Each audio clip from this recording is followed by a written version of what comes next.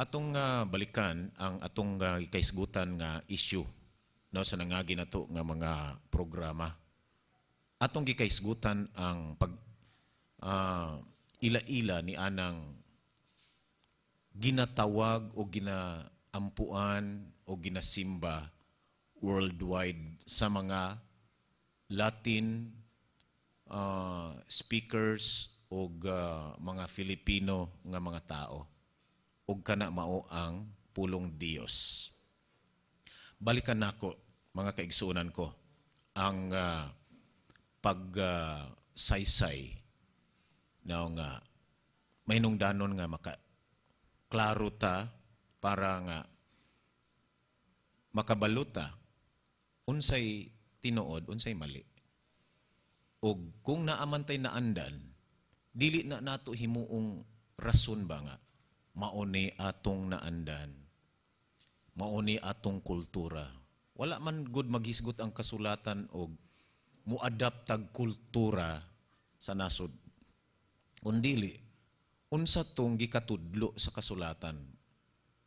Unsa tong ginakeri sa mga Hebrewanon nga gikan pa kay Moses ngadto kay Malakay, gikeri sa Misaya Hebrewanon nga si ato ang Misaya, and then gikeri sa mga apostoles, mga Hebrewanon, nga mao ang dapat natong sundon ug dili ang kulturang naandan sa mga particular nations or certain locality.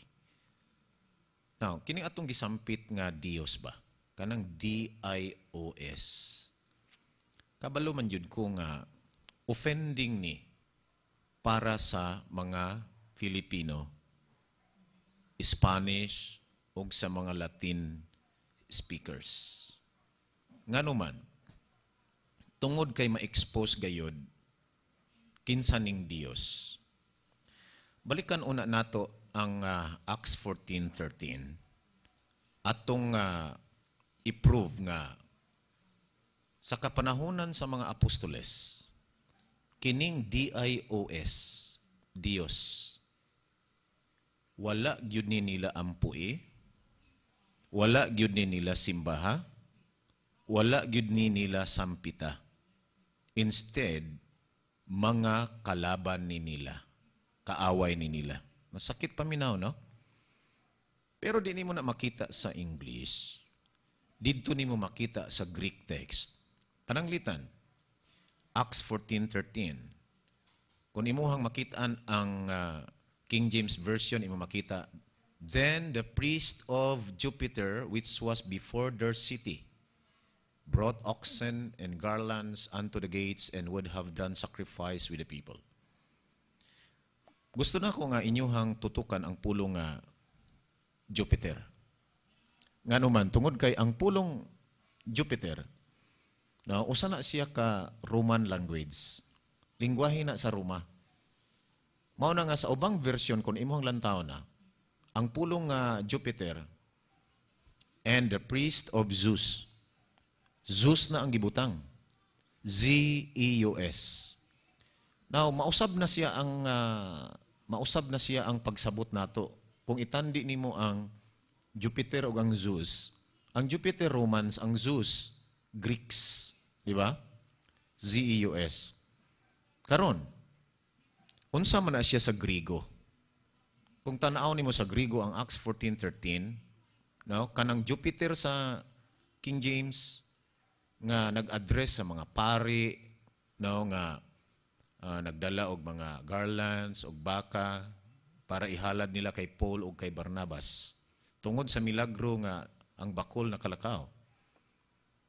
Sa Greek text, kung ato ang lantawon, verse 13, paminawa, Hote hereios tu Dios, tu ontos proteis poleios, tauros kai estemata, ipitos pulonas, enegkas sontois oklois, ithilen thowin. Ang first statement kung imong lantaw nigson, kanang ika-5 pulong. Hote hereios tu Dios. D-I-O-S. Kanang triangle, delta, sa Greek, ang equivalent sa English is D. Kanang I, klaro man na, ang iota, I, omicron, then sigma, so D-I-O-S. Mao na siya ang pulong Dios. Now, atong makita mga kaigsuunan nga, sa panahon sa mga apostoles, ang Dios, dili nila kampi. Dili gini nila kauban. Kining mga pari, no? Ang mga apostoles, dili sila kauban sa mga pari sa Dios. Dili sila kauban sa pari ni Jupiter. Dili sila kauban sa pari ni Zeus. Kundili, mga counterpart sila. Ang mga apostoles, tua sa Creator. Whereas kining mga pari ni Dios, pari ni Zeus, pari ni Jupiter. Translation lang ng Zeus, English, and then Jupiter is Latin or Roman language. Now, mga kaigsuonan ko, atong makita na niini nga text, nag-mention og Dios ang mga writer sa apostolic times, pero kaaway. Kalaban. Di ba?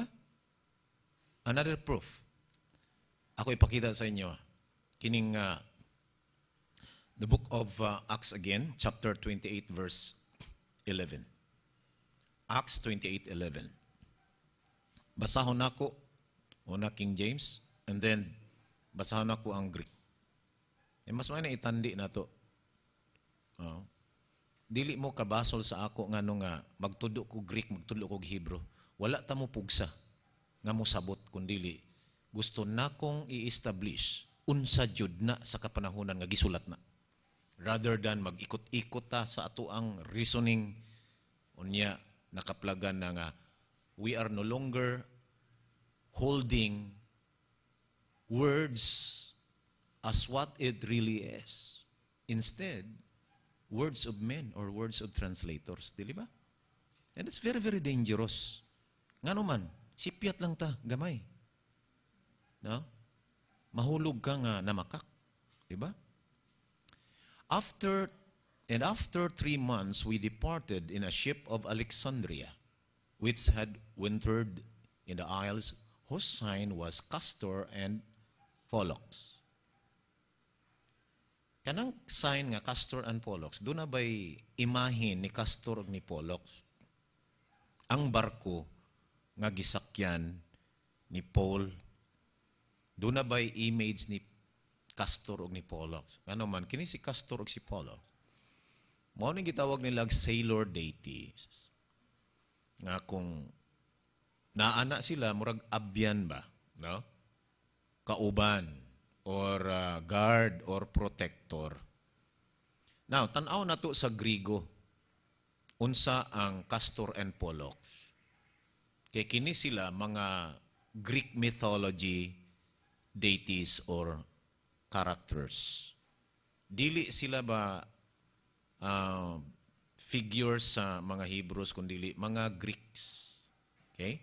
Kung mabasa mo og sinulat ni Homer nga Iliad and Odyssey, dito niyo makita na sa mga Greek mythology kinsaning mga tawhana. Verse 11, basahon na to sa Grigo para nga i-establish na ko sa inyo nga another verse nga mag-prove nga kanang Dios kalaban jud sa apostoles ba. Verse 11. Meta ditres menas anikthemen en ployoi para kay makoti ente nesoy Alexandrinoi para sa moy Dios korois. Makita ninyo ang katapusang pulong, Dios korois. No? D-I-O-S-K-U, and then O, or K-O-U-R-I-S.